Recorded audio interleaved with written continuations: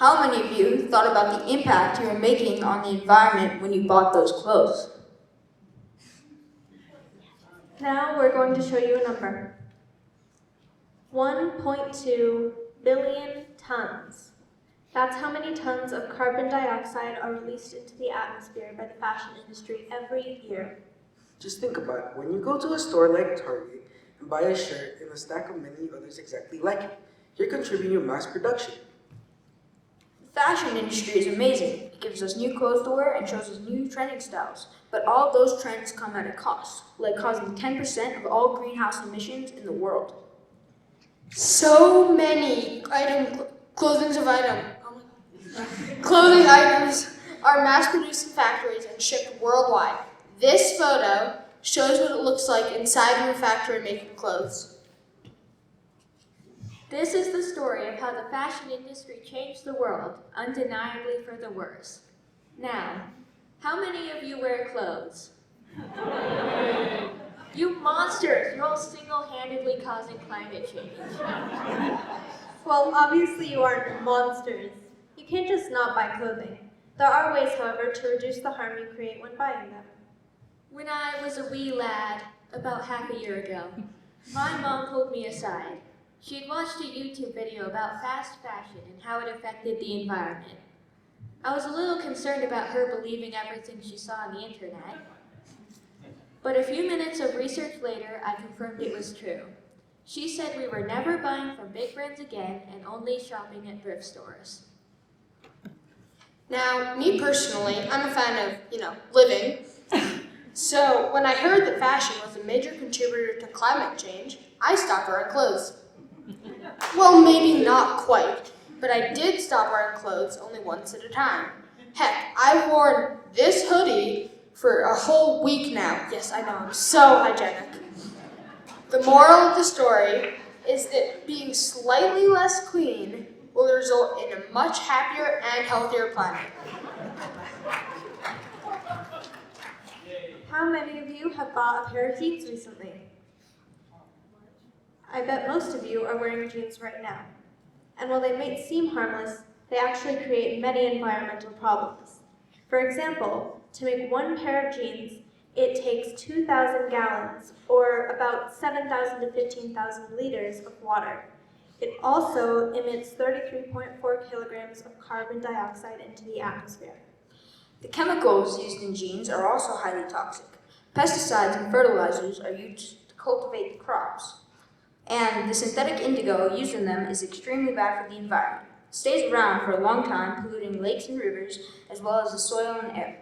The finishing agents used in jeans are also highly toxic, not only for the environment, but also for the people who use them. It contains toxic chemicals like formaldehyde, which creates health hazards for workers. Finally, according to some studies, up to 20% of fabric used in jeans is wasted in production. Most of that ends up in landfills or gets incinerated, contributing to greenhouse gas emissions or other environmental issues. Also, the dye contains chemicals that are very bad for the environment. In some places, the river runs blue from all the chemicals and dyes. By thrifting for jeans, the production slows. This causes less environmental harm instead of creating more. Just because your clothes may be cotton doesn't mean they're always better overall. This is a $4 polyester shirt I found on the internet. The microplastics are harmful for the environment and the fabric isn't very good quality. However, this is a $90 white cotton shirt.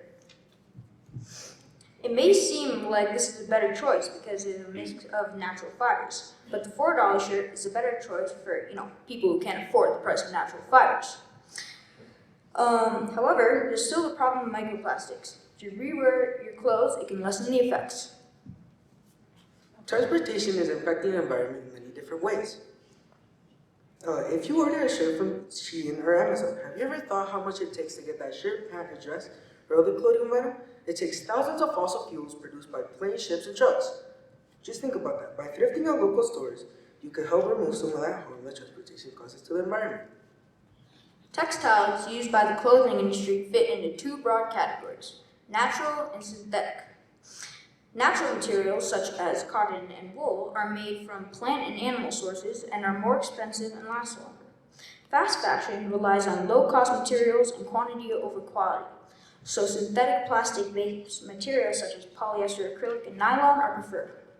These synthetic materials are created by non-biodegradable waste, which is a major source of pollution in our oceans. Each time these garments are washed, thousands of fibers are released into our waterways and travel up to the oceans.